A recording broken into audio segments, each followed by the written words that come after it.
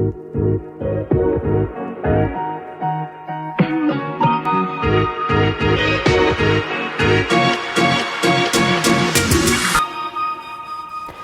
is the day that the Lord has made. It is a fresh new day and a fresh new week, and joy and gladness are ours for the taking.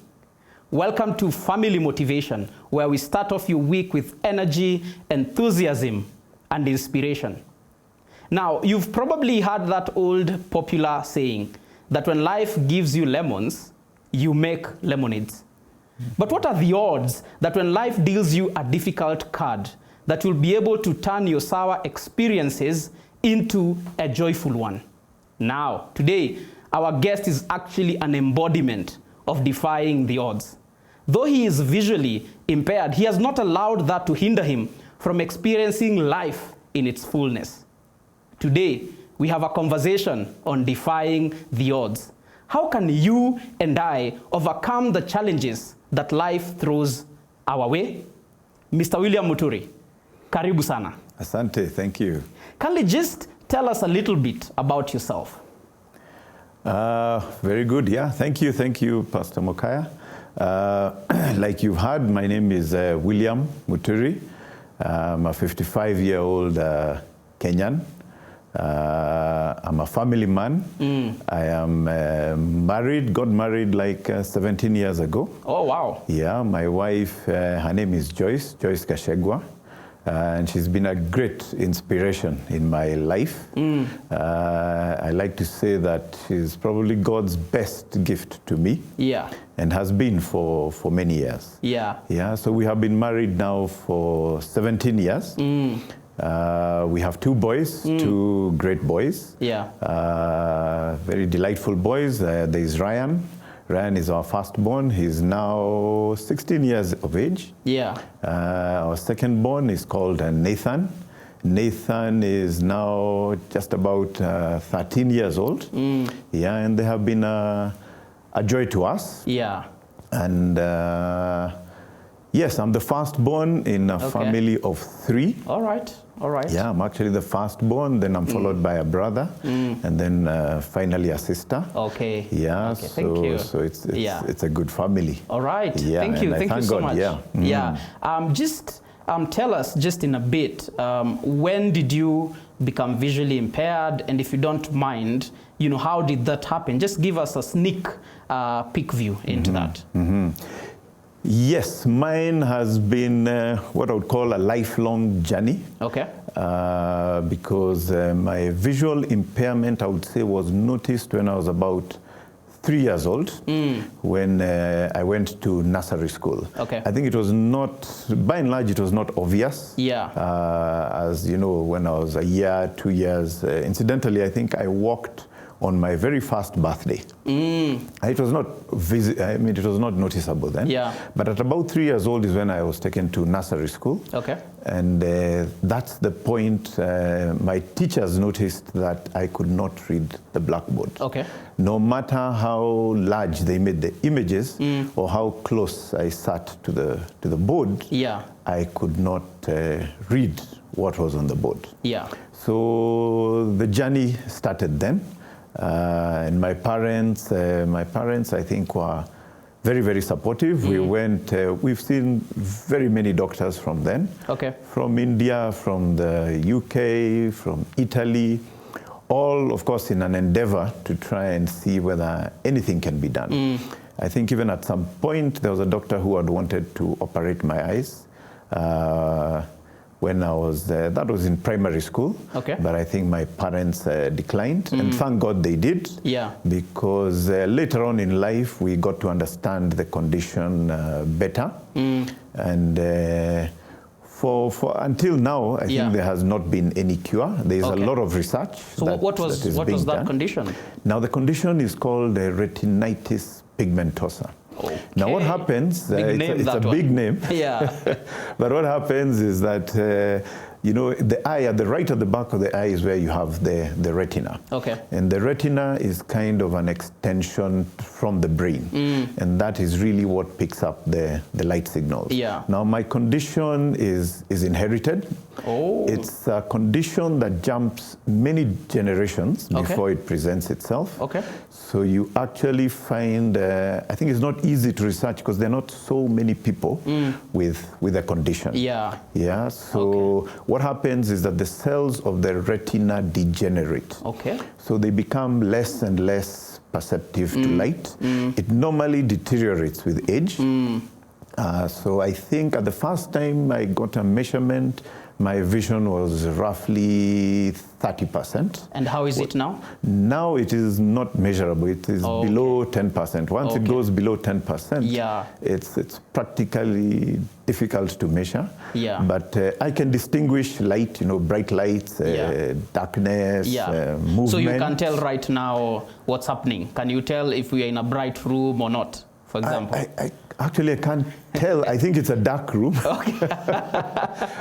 I can't see very many lights. Right. Okay. Yeah. Okay. So it's wow. So it's that kind of thing. Yeah. So I've gone through life with that. Yeah. Earlier on, we tried spectacles. Spectacles didn't help. At some point, as I researched, I used to go. There was a place we used to call the American Library. It was attached, I think, to the American Embassy. And I used to go there just to watch videos and look at materials. Then when I was younger, I could read. My reading speed was very, very slow. Okay. But I could read, a little bit. Oh. I had to be like probably 2 inches from the paper. Yeah. But I could read. So I used to go there and I used to, read some science magazines. So one time I came across some telescopic devices, which we ordered from the US. They were quite expensive. They were quite helpful for a while. At least they would improve my vision. There are certain things now, I could watch TV a little bit and make out maybe 50% of what's on the TV. Yeah. But as the years went on, the difference they made became less and less.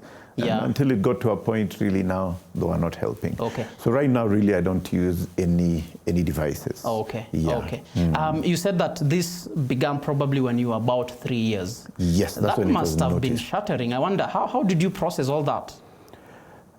Interesting. As a child, it's interesting. I think children are very adaptive. Yeah. I think I would think and I would guess that my parents were probably more shocked than I was. I think for me at that age, maybe I didn't know what challenges it would present. I was just a kid and life was just good. Yeah, but I do remember my parents telling me at one point in their endeavors to see whether anything can be done. We went to see an ophthalmologist who was called Dr. Ramesh Shah. And he's one who told them this it's a rare condition. It's a retinal condition. Yeah. But he told them that, what you should do is encourage the boy, support him where he needs to be supported, and he will make it through life. And I think that inspiration gave them the courage. In fact, I actually went through normal school. I just went through Nairobi Primary School for 7 years. Did my CPE, that was the old system. Then proceeded on to Upper Hill School, did my O-levels, did my A-levels. Ended up in University of Nairobi in Chiromo, where I did my Bachelor of Science degree in mathematics. I majored in statistics. And I also did computer science. And then a few years after that, I went back and did a postgraduate diploma in computer science. Because that's where my passion was. So the dream actually came true. In fact, for a while, I even tried to trace this Dr. Ramesh Shah, maybe just to go and tell him, thank you for the encouragement you gave my parents. But it was not possible to trace him. I think he relocated to Australia and the trail just went cold. You'd mentioned in your introduction about your family. Right. But what do you do in terms of a living? What is your profession? Yes, I'm an IT professional. I am what they call a software engineer, which means I develop programs, I do a lot of coding. That's really where my passion is. Of course, with the years, you do less and less coding and you find yourself more and more into management. Yeah. Currently, I'm the head of IT projects at an insurance company by the name of Geminia Insurance Company. Okay. Wow. Yeah, that's not a small feat.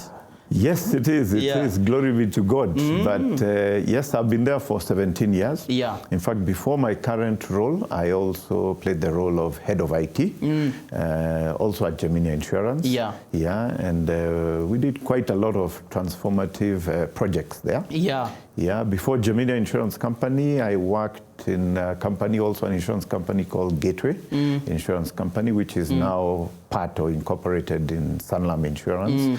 I think I was there like for about 7 years. Yeah. And before that, I worked with the government, the Treasury. I was in Treasury for, around and about 7 years. Yeah. Actually, that was my first proper job. So I worked as a systems analyst, programmer there, yeah, and rose to the position, I think it was senior systems analyst before I left government. Before that, I tried a hand in accounts for about 1 year in a pharmaceutical company, but I think my passion was in IT. Okay. Yeah, information technology, and basically from there I've done 7 plus 7 plus 17 years. Right. You can add them up, all in technology, in IT. Yeah. All right. And I wonder, I think when people hear that you're a family man and that, you're an IT professional, right, despite your challenge, I believe people are quite shocked when they hear that. How has been your experience in terms of people's reaction? My experience, I would say, I used to tell people that to me, it looks like the average person tends to be a good person. Most people you meet will be quite helpful. The areas you go, like for instance, when I came here, I needed help to get into the studio. Yeah. You'll always find people are always happy and ready to help. Yeah. Yeah. And it has worked out well. I think there are many areas one has to strengthen. Yeah. I always say when God cannot deny you everything. So you find there are certain areas, yes, my vision is very, very low, but I think my hearing is superb, my sense of smell. Yeah. Tell us just a little bit about that. When you say your hearing is superb and your sense of smell, does that mean it's slightly above your average person? I think it is. In fact, I joke with people that I stay in Nairobi West, which of course is quite a distance from the airport. And one time I used to tell my wife that, I can hear aircrafts after they take off. Oh, really? From JKIA. Yeah. And she was, wow, that's not possible. That's so far. Yeah. I told her, yes, but I can hear it. I can hear it's at full throttle, and it's probably going in a certain direction. Yeah. Even one time, I think, upcountry, where I come from, in Nyeri, I think it happens to be the path for these northbound flights that go to Europe and the likes. Okay. And normally when I'm there, I can hear, by the time the flights are there, they have, they are very, very high. Yeah, yeah. But I can clearly hear them. And, I tell people, that's an aircraft. It's coming, it's approaching. And, until they see the lights, then they say, wow, actually. Yeah. There is actually an aircraft. And I think that happens because, you tend to rely now on your other senses, almost wholly. Yeah. So for me, what I hear is very, very important. What I smell is very, very important. Yeah. For instance, in the office, I can tell who's coming to my office. Oh, really? Just from, sometimes it's their footsteps. When I get to an office or a hall or something, I can... people I know, I can actually guess so-and-so is around or might be nearby, just from the perfume they normally use. So little things like those which people do not pay too much attention to. I even tell my colleagues that where I work, I'm probably the only one who knows how many steps there are between the floors. Because for me, it is critical to know that. That's the only way I can move confidently. So I count them very quickly, and I tend to do that everywhere I go. Also, I think the memory, because now you rely on your memory so much. Yeah. For instance, when I was in school, I would not be able to write notes anywhere. So I developed that, I listen very, very carefully, and I have to try and remember everything I hear. or as much as possible, because I'll probably not have another chance. For instance, in school, people would write notes. I never used to write notes. I would just listen to what the teacher says. When you get to after class, now maybe in the evenings, then I would borrow notes from my friends in class, copy what I could. And so for me, even missing a class was a very critical thing, because I'll miss, I'll not have had what has been talked about.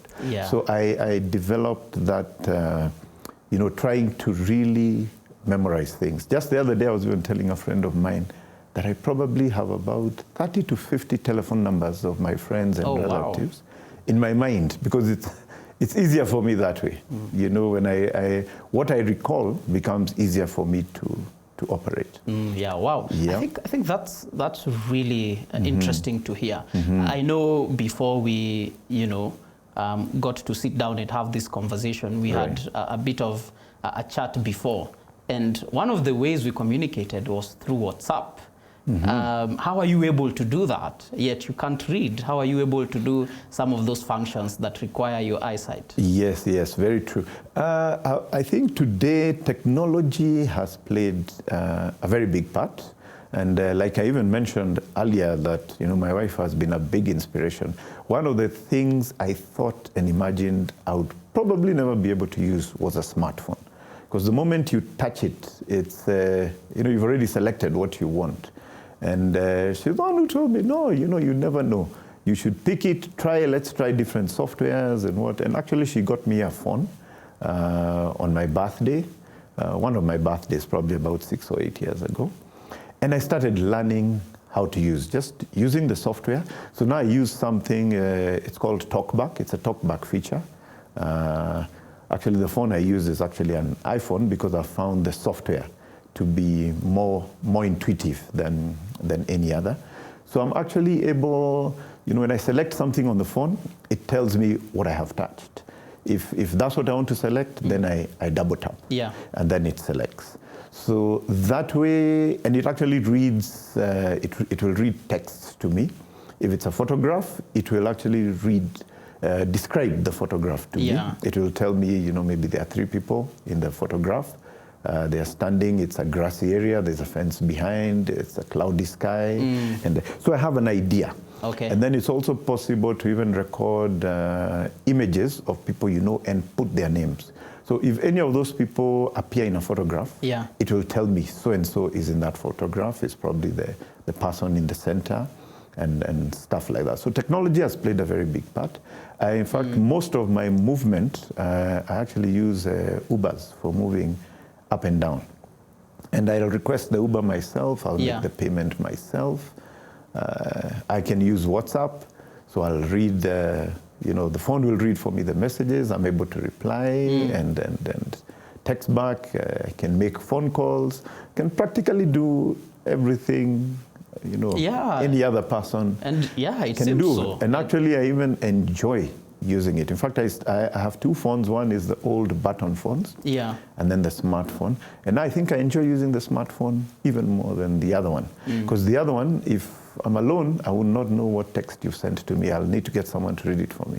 You send me a text on the smartphone, it will read it out for me. Is this the same also at the workplace? So how are you able to do your daily duties? Yes, it's practically the same. Like I mentioned, I'm in IT, and so there are also softwares that you can use on your laptop that also they talk back to you. So they tell you you receive an email, it will tell you you've received an email. You can tell it to read it for you, it will read the email for you. If you didn't quite get it, you can tell it to read again. And the beauty of it is that technology will not get tired. It's not like telling someone to read for you. So you'll be able to do that repeatedly. So I'll do my emails. I'll practically do everything you need to do. I'll do my spreadsheets. I can type my letters. I can print them. Once in a while, I'll need a little bit of assistance. But by and large, I think 90–95% of what I need to do at the workplace, I'm able to do. without any assistance. So are you still doing coding now, or you used to do? I used to. Now, but now when you used go on. Yeah, when you used to, is there a specific special software that you are using? No. Just the software that reads back to you.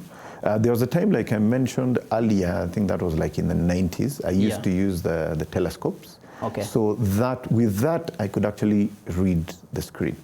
Yeah, but as the years went on, it became harder and harder.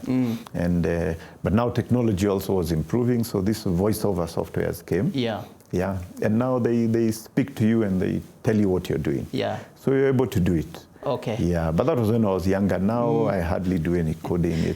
It's more working with a team and getting the best out of the team. Yeah. So if for example, I sent you M-Pesa, probably the phone is able to read to you, you have received, Yes, it will tell me what I have received. But if I gave you 1,000 bob note right now, would you be able to tell whether it's 1,000 bob note or it's 100 shillings? Incidentally, I think I wouldn't.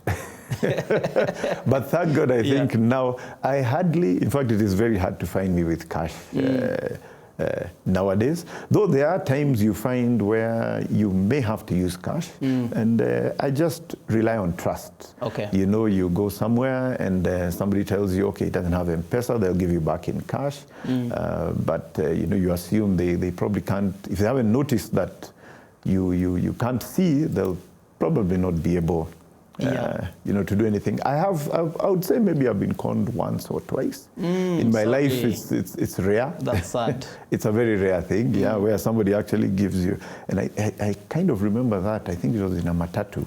And what the guy did is that he gave me very many notes. So it was, the way somebody will give you like 200 and give you, 10 bobs, but there are very many. You're not sure what it is. But I just said, it's all right. It didn't affect my life.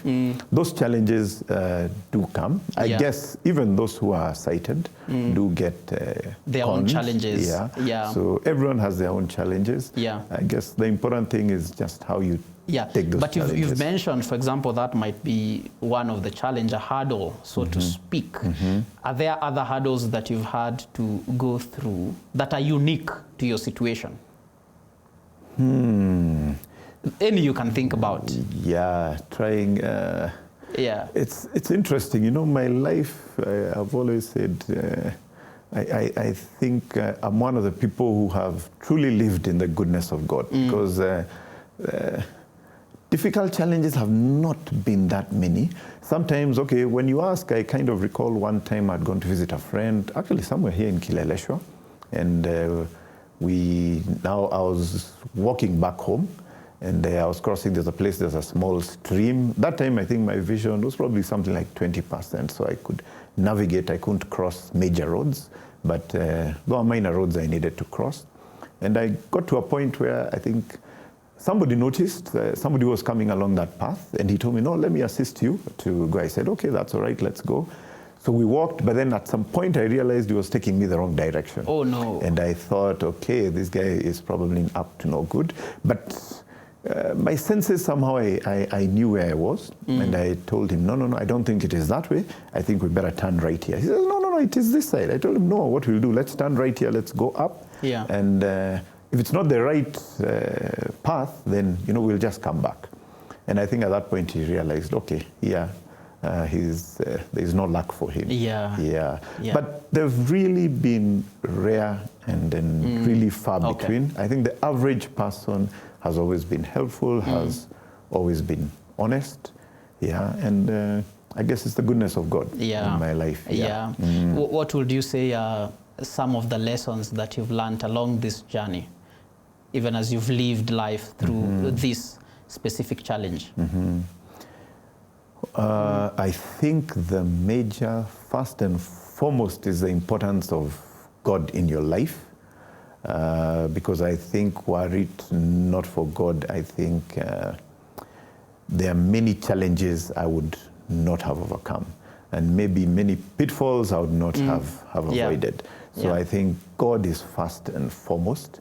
I think also parents play a very, very important role, especially in the early years of a child's life. Yeah. Because like I mentioned, when I was, much earlier in the years, my parents were a very big motivation to me. In fact, I remember, I think in primary school, I think there was a suggestion from one of the teachers that I should probably be taken to, a school for the blind. And then I think people who are visually impaired, you would go to a school for the blind. And this current issue of, they call them integrated schools, did not exist. Now I think they are trying to integrate schools where you have, people with all types of disabilities being integrated with those who do not have disabilities. So, but my parents said, no, let him just, since he's able to read, even if he's reading slowly, let him do what he can. If he gets his D, it is his D. If he gets his A, it is his A. Yeah, and so they really, they played that a very big part. They did not, try to shield me or kind of, isolate me. Yeah. Wherever we went to visit, we went with them. There was no hiding that, he has a problem with his eyesight. And I think that foundation played an important role. Very important role. Yeah, so would you say as a lesson, and we'll be getting to the other lessons, that lesson in terms of the role that your family played, especially your parents, has that shaped how you have parented your children yourself? Yes, I think it has. It has in a big way. In fact, I try to encourage them as much as possible. Yeah. Of course, one of my biggest worries was that, having gone through the challenges I've gone through, is whether my children might end up, with the same condition, and it ends up being very difficult for them. So I'm normally very sensitive to that. But thank God, like I mentioned earlier, it seems to be a condition that skips many generations. They are all, have perfect eyesight. Oh. They wear spectacles, but they have perfect. In fact, I always find like they have very sharp eyesight, despite, wearing spectacles. Yeah. Yeah. So I got to believe that, as a parent, you play a very, very big role in forming, your children, what they think, how they approach issues, how they deal with other people, how they approach things and challenges. Yeah. So both my wife and I have tried, really hard to encourage them. And where you see, there is some weakness, you look for any way, you can support and help them. Because at this point, they are still children. At some point, it will be them. But at least you make sure that you've given them the best foundation that you can. Oh, wow. Yeah. I think that's beautiful, leveraging on a particular challenge that you went through and, taking advantage of that even in your own parenting. Yes. How has your present family, been useful? And we'll be coming back to, some of the other lessons, but how has your present family, your wife, your children, how have they been useful in this journey? My wife especially, she's played a very big part. Of course, by the time we met, I already had the visual impairment, and she knew about it. She didn't have a problem with it. And so you find that a lot of places maybe I want to go, she's happy to take me. Whenever we walk, she always holds my hand. And, I always remember one time I told her, when she's holding my hand and I'm walking, I feel very confident. I take my steps very confidently. In fact, one time I remember we walked into church. We were kind of late, 5-10 minutes late, and praise and worship was going on. And interestingly enough, I've always been a front bencher, mainly because of my visual impairment. So in school, I always sat at the front. So I've always found that if I'm not seated at the front, I feel like I can't follow what is going on. So we developed that thing of even in church, we sit right at the front. So I always remember our senior pastor, one time we walked in, with her, we are late, everyone is on praise and worship. We've entered right at the back, and we walked hand in hand, like it was a wedding procession. That must have been quite a sight. And and I think the pastor, was watching and was wondering, hey, these people, they have come late. They are walking like down the aisle, very confident, couldn't care less what anyone thinks. And, we walked all the way to the front. That's when he told me he actually noticed now when we start. That's when he noticed, I think there's a little bit more than just the romantic aspect about it. So she has really been supportive in that way. If there are things I need read out to me, I always feel confident. I can go and tell her, there's this item, I wanted us to go through it with you. And she supported very well. Wow. Glad and my to hear kids that. have also picked up very quickly. I thank God, they've never been ashamed of, of my visual impairment. So even though I'm much younger, we'd go somewhere, and maybe they see a bicycle or a small motorbike, which they would think they would want to have. I know they'll hold my hand and take me right to it. And I think they also watched what their mother used to do, to describe something to me. So she'll take me, put my hand on it. This is the chair. This is what, just describe it and get me to touch it. And she realized, when I touch something, then I can kind of visualize, what it is. So my boys would also do the same. They'll tell me, Daddy, come. And they'll take me, touch this, feel this, this is what, can I have it? Stuff like that. I think so they've been able to know how to support. Even today, there are places we can go if the mother is not around, and I'll go with them. And I'm confident they'll know how to handle me. So they picked it up quickly. And I think that's really beautiful to hear in terms of support, both from your family of origin and from your own present family. Today, we're having a conversation on defying the odds. And our guest has been Mr. William Muturi, who has just been sharing with us his own experience as a visually impaired individual who has not let that deter him from experiencing life in its fullness. Mr. William Muturi, karibu. Thank you once again. Yes, it's been so good having this conversation with you. Yeah, thank you. Yeah, just before we went on the break, you were just telling us some of the lessons that you have learned, and you've hinted at, the role that your family has played, both your parents and now your wife and your children.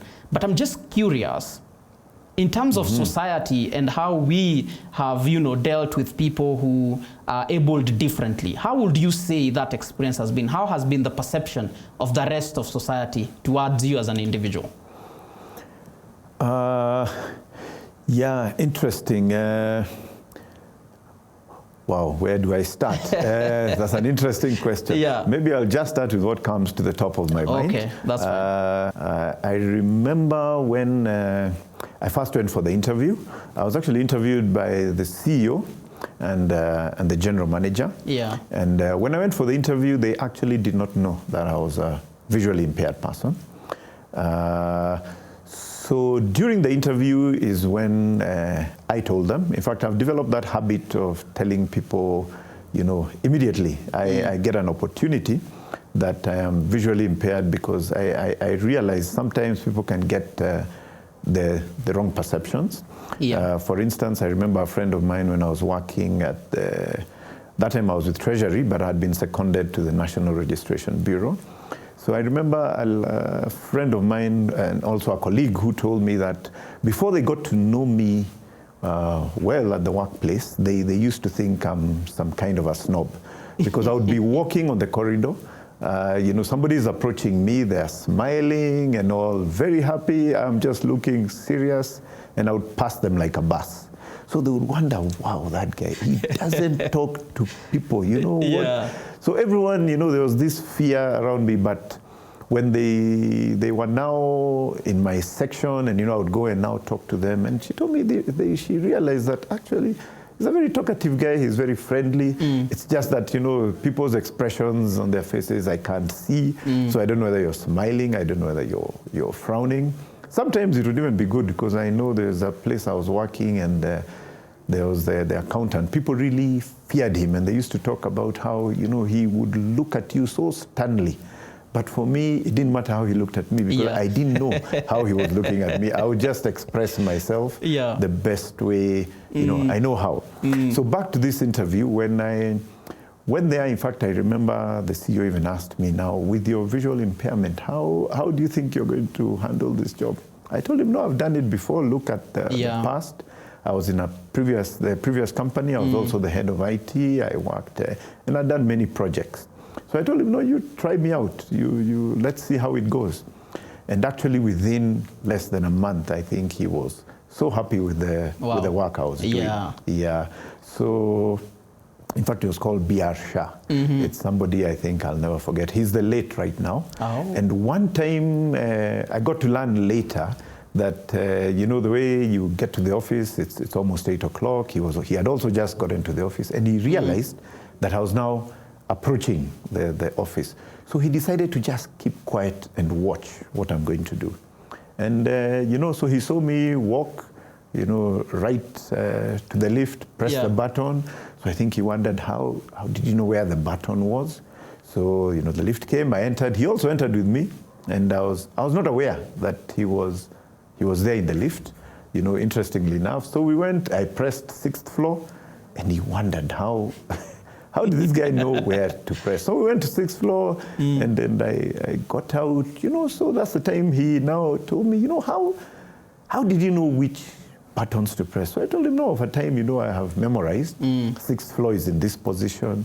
You know, when you approach, this is how you approach. I have counted the steps, I know them. So I navigate without an issue. And in fact, I've always remembered the comment he made, you know, he told me some of the things you do make me to truly believe that there is a God, because he doesn't understand how. You know, and he would ask me for reports. I would do them very quickly, submit them to him, and he just, you know, and then he really also motivated me, despite not being a Christian. But he realized that truly some of these things this guy does, there is something very special. So your colleagues could not in any way say that you're favored because of your condition? No, in fact, some of them even tell me the way the CEO was, like I mentioned, is late. He was so happy with me. They were saying if he was still alive, that maybe they would not even have any access to me. I would be so shielded so that he makes sure that nobody comes and corrupts me. And, you know, because we were improving the systems quite a bit. And he was very, very happy with that. Even my current CEO, they've been very supportive, even the board, because there are times I've even gone to present reports in the board and stuff like that. And all the support I need is actually provided. But would you say this is the experience of every individual who is abled differently? Or do some actually have it slightly rougher than you have had it? I think not. My assumption is that many have had it much rougher than I have. I'm not so sure I would say that, but one thing I remember is that, you know, as persons with disability, there is a facility we get from government where you're tax exempt in certain areas. That must be quite something, especially in this season. It is. It actually helps, because also, you know, as persons living with disability, you find you tend to spend a little, you spend much more than the ordinary person on your movements. For instance, if I was not a visually impaired person, probably I would have driven myself here. Now I would need to get somebody, whether it's an Uber, and even if I get here with an Uber, I'll have to explain to the driver, you know, I'll pay you a little bit more because I'll need a little bit more assistance from you to take me in and make sure I've gotten to the place where I'm supposed to be. So government, I think about 10, 12 years ago, this law came into place where you get exemption from pay as you earn to a certain extent, up to a certain amount. Beyond that, of course, you do pay some tax, but of course the tax you pay is reduced. I think you can import a vehicle duty-free and stuff like that. So it has helped, and to get that, of course, you go for some very rigorous medical examinations in government hospitals. In fact, that was one of the places I got to realize that you know, in everything we do, you know, it is very easy for you to assume that, you know, you are at the bottom of the pyramid, so to speak, in terms of, you know, the things that, you know, the good things that have come your way. And I remember seeing the people now who've come there, some with children, with all sorts of disabilities, physical, mental. And, you know, I thought, actually, when I left that examination room, I actually felt like I don't even have a disability. I should be very grateful to God for, you know, for what I have. Because you get to realize, wow, there are people I saw there and I was saying, wow, how is it they're able to live? And they're happy, they're talking, they're laughing. Yeah. That's when you say, wow. I think a lot of times we tend to focus on what we don't have rather than what we do have. Yeah, so that's one of the lessons actually I have learned, that we tend to focus really need to focus on what just repeat that for us. Yeah. We tend to focus on what we do not have, rather than focusing on what we do have. Yeah, because everyone has something unique to offer. Whether you're a person living with disability, even if you're a person who does not have any disability, well, we like to call them able differently now. I think that's the correct political term. Yeah, but all the same, everyone has something unique to offer. Yeah, so that's, I always remember that experience. And you know, government hospitals, I think because of the nature of the people who come there, you get to see a lot of things and see the troubles people are going through. And you realize really you are nowhere near the bottom. Yeah, you have a lot to be grateful for. Yeah. Would you say there are any other lessons that you have learned along this journey you've been on? You've shared with us quite a bit, but are there any other lessons that you would say you have learned? Yeah, maybe I can mention one more. I know I mentioned the role of God and the role of family. I think also the role of friends. You know, I always remember somebody who once told me that, you know, one thing you cannot make is old friends. And a lot of the friends I've relied upon, you know, and I socialize with, I've come to realize they are friends who I've known from a very long time. Some of them were family friends. Some of them are friends. I have friends who we were with from Standard 1. And we have been friends. Till now? Up to today, you know. And we were together from primary school. I remember Standard 1. You can imagine. So I have many old friends. Okay, my wife, in fact, tells me I seem to be able to make friends very quickly.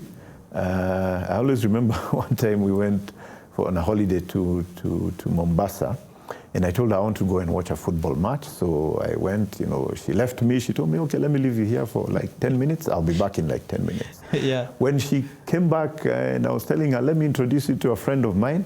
He's called, we had never met before. And in those 10 minutes, we became very good friends. Incidentally, we even once went to visit him, and he even introduced us to a place in Thika, where we actually found that this is the place we want to make our retirement home. Interesting. So those 10 minutes were enough to actually build a friendship. So she always tells me that I make friends very, very quickly. So I have a lot of very close friends. A lot of them are friends. We have been friends for many, many decades. Standard 1, I was in Standard 1 in 1975. So that tells you those are many years. 50 years of friendship. It's not a short time. Yeah, so it's important to keep good friends. So friendship is important in overcoming whatever challenges that come our way. It is. Interestingly, you've mentioned something, just as a by the way, that you went to watch football. How did you watch that match? Yeah, that is interesting, and I could not. It's interesting. I mentioned I didn't even think about it, but yes, I do watch football. Actually, I hear more than I see. You know, so whenever I go to watch football, I want a place where I can hear the commentary, and because that's really what I follow. Because when we were younger, I like I mentioned, 30% vision, I could make out some things on TV. I used to sit, I had a special kind of a chair, you know, probably a meter or two from the TV. So I could make out a bit of what was happening. So I developed that interest in football, and then I still have the interest up to today. I also have an interest in motorsports, in rallying, which I also, you know, go to watch, end up in Naivasha, you know, of course with my friends. Yeah, I even took my family, I think that was what, must have been after COVID, 2021, for them to watch their first World Rally Championship, and they're all very excited. And of course I mobilized other members of the extended family, and we really had a good time. Yeah, so... very interesting. Yeah, so it's... basically, your condition has not deterred you and hindered you in any way. You seem like someone that is really enjoying life. I would say a bit better than some of us. But what would you say and I know there are different ways of looking at the kind of, situation you're in. Mm-hmm. In your own experience and how you assess your situation, would you say your visual impairment is a blessing or a curse? For sure, it is not a curse. Mm-hmm. That at least for that, I'm very sure. Yeah. I think it has been a blessing in many ways. Incidentally, in church, I actually serve in a ministry called the Abled Differently Ministry, where we have a special focus on people living with all sorts of disabilities, physical disabilities, hearing impairment, visual impairment. And I've even had occasion to talk to those people. We have meetings we call support group meetings, where we invite these people, who are abled differently, and they come with their caregivers. Yeah. And we give them motivational talks. And I've participated in those quite a bit, trying to just encourage them and show them that, it is possible to live life. It doesn't matter what your disability is. We'll never all be the same. Maybe it has been easier or harder for me. Everyone has their own unique experience. Yeah. But we try to encourage them that it is possible to live normally, and I think it has been very fulfilling to feel that you're serving others. Incidentally, in fact, in my life, there are many places I've gone and, somebody notices I'm visually impaired, and they'll tell me, you come to my church, the pastor can pray for you and you might be able to see. And somehow I've never gone into those because I've never believed that necessarily that God, there's a phrase I use, and sometimes maybe it might be controversial. I always tell people, God does not necessarily want us to be happy. God wants us to be holy. Okay. Yeah, it is a journey. It is not easy, but that's truly what He wants. So God can use you the way you are. Okay. So I always tell such people that I think in life, it's not always about prosperity and health and such like things. I think it is more about how you live your life. So I've always found that I pray to God. I've never found myself praying to God that I may be able to see. I pray to God and tell Him, use me just the way I am. Okay. To show how great and how good you are. Yeah. So, and I've always found it, it inspires other people. And for me, that is, if I'm a blessing to others, I think it is a good thing. So I would actually say it is more of a blessing. Oh. And for sure, it is not a curse. That's quite some attitude. I wish, many of us would carry that kind of attitude, especially, as we begin the week. I think that's quite some attitude. But I'm just wondering, there's somebody watching or listening to us today who is going through a really difficult situation right now. What would be your advice to them? Wow. Okay. Yes, life does bring its challenges. But I've always thought, in any situation, you must always start with what you have. And I'm a firm believer that everybody has something they can offer. If challenges do come, the first thing I think one needs to do is to look at, okay, this challenge has come my way. What is it that I have that I can use to face this challenge? Okay. It may be, it could be the gift of mobilization. Maybe you're very good at mobilizing people, and stuff like that. So you must always start at, what you have. It may look impossible. I think also I found sharing and, sharing being a very useful thing, whether it's with friends or people who you think have your best interests at heart. It could also be family.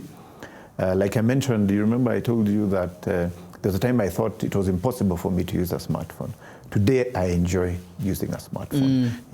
And I even remember there was, I do enjoy reading. In fact, when I was in school, I used to enjoy a subject like history. But because of the challenge of my eyes, the reading, I mean, history involved a lot of reading. My reading speed was extremely slow. So I had to drop history, even though I enjoyed it. So even as an adult, you know, reading is something I think I would enjoy. But just because of interacting with people, I remember one time going to the library, Kenya National Library, and found, there is a Braille section. And I got introduced to audiobooks. And I started thoroughly enjoying them. You know, something I'd never thought about, but how did I come across that? It's just through interaction and sharing with people. So it would be very dangerous to be in, you know, like, you know, some microcosm of some sort. You know, you're just enclosed in a place, and you think now, you know, for me, it is all over, it won't work. You know, you have to start with just what you have, and then do your best with what you have, and let God do the rest. All right. Incidentally, you've mentioned about, you know, going to that Braille section. Can you read Braille? No, I cannot read Braille. Do you even need to, though? It seems like you're just doing fine. I think I'm doing fine. I've contemplated it. In fact, even one time I was even asked, how come you don't use a white cane? I said, okay, I have one, but there are those places, like now when I go up country to visit my parents. Incidentally, both my parents are alive. They are both in their 80s. And they're up country. Now there, because of the terrain, I do use, it's actually a hiking pole, but I use it like, you know, like a white cane, just to make my way around. But I've never done any of those. I've contemplated. I've always said maybe in another time, another place. Maybe I will do it, but I've not actually done it. But technology has been good now with all these audiobooks and what. And you've really leveraged. The sky's the limit. I think you've really leverage technology. On technology. Now, as we approach the closing of our show for today, what will be your parting shot? Perhaps not for someone who is you know, going through a difficult situation, but someone who in the future may face a similar situation. What will be your parting shot as we bring our show to a wrap this day? Probably what I would say is, in life, I think there's maybe one thing that we should never fear, and that is failure. We should always try and retry and keep trying. You never give up. And, you know, so I've always felt that, you know, failure sometimes is an option, but you learn from it. And you keep trying until you succeed. Some things might actually be impossible, but you know, there are enough things on earth to do and enjoy than you'll probably ever make use of. So I always say, never fear failure. Maybe the only thing one should fear is regret. That, you know, you could have done better, but you did not. You could have run faster, you did not. There was an opportunity, maybe you could have tried harder, you did not. And you know, opportunities will not always be there for you. So regret is one thing that I think that would be very bad. So even if it is you're sitting for your exams, make sure you've done your best. If the challenges that come your way, just make sure you do your best. Just because if you've done your best, you will never regret. And your regret, best is enough. It's enough. God will do the rest. And I think regret, I think, is a very painful emotion. All right. Thank you very much, Mr. William. I think we've ended at a good place. Thank you. You know, just do your best. I think regret is what we ought to avoid. Maybe in a few seconds, just kindly pray for someone right now who's going through a difficult situation. In a few seconds, make a quick prayer. Okay. Almighty Father, we thank you for the opportunity that you have given us in this show. Father, we want to pray for those in our society, those who might be listening to us, those who also might not be listening to us, that, Father, you may show them the way, show them how to live life, because in this life, you cannot make it without the help of God. We pray all this In Jesus' mighty name. Amen. Amen. Well, thank you so much, Mr. William. Thank you, Pastor. Yes, thank you for joining us and for shedding light on how we can defy the odds. Thank you very much. What an encouragement you have been to us today. And I know we are starting this week with new energy, knowing that whatever life throws our way, we can defy the odds. Well, thank you so much for tuning in. Thank you for joining us. We welcome you to continue joining us as we have these conversations on family motivation. Join us on Family TV, join us on Family Radio. Follow us on our various social media platforms and on our Family Media app. But until we meet again next week, remember, whatever life throws your way, in Christ Jesus, you are an overcomer. Defy the odds this week. See you next week.